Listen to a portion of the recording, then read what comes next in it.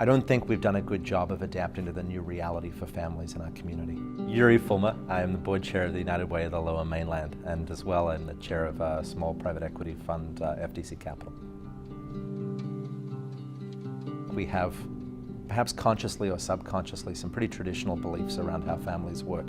That one member of the family is the traditional income earner, that another member of the family works either less or not at all in order to support the family, that supporting a family is easily possible for a dual income family, or certainly for a solid single income and another partial income earner.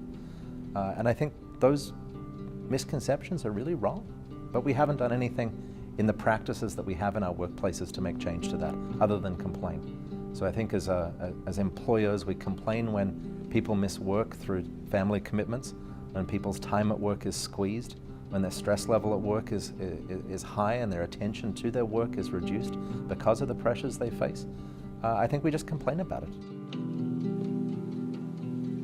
We own a number of different businesses where we have employee bases everywhere from minimum wage employees in some cases right through to quite qualified professionals at the higher end of the income band.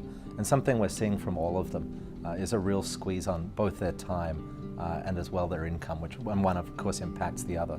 We're seeing mothers come back from maternity leaves after a month or two because they simply can't afford to take 12 months to be on maternity leave.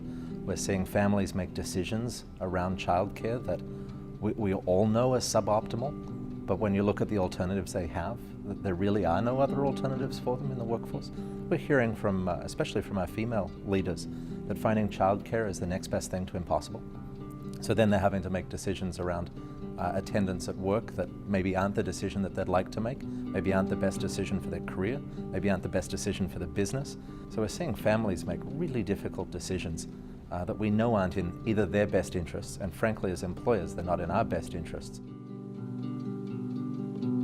I always think there's a role for committed citizens to add their voice to calling for policy change.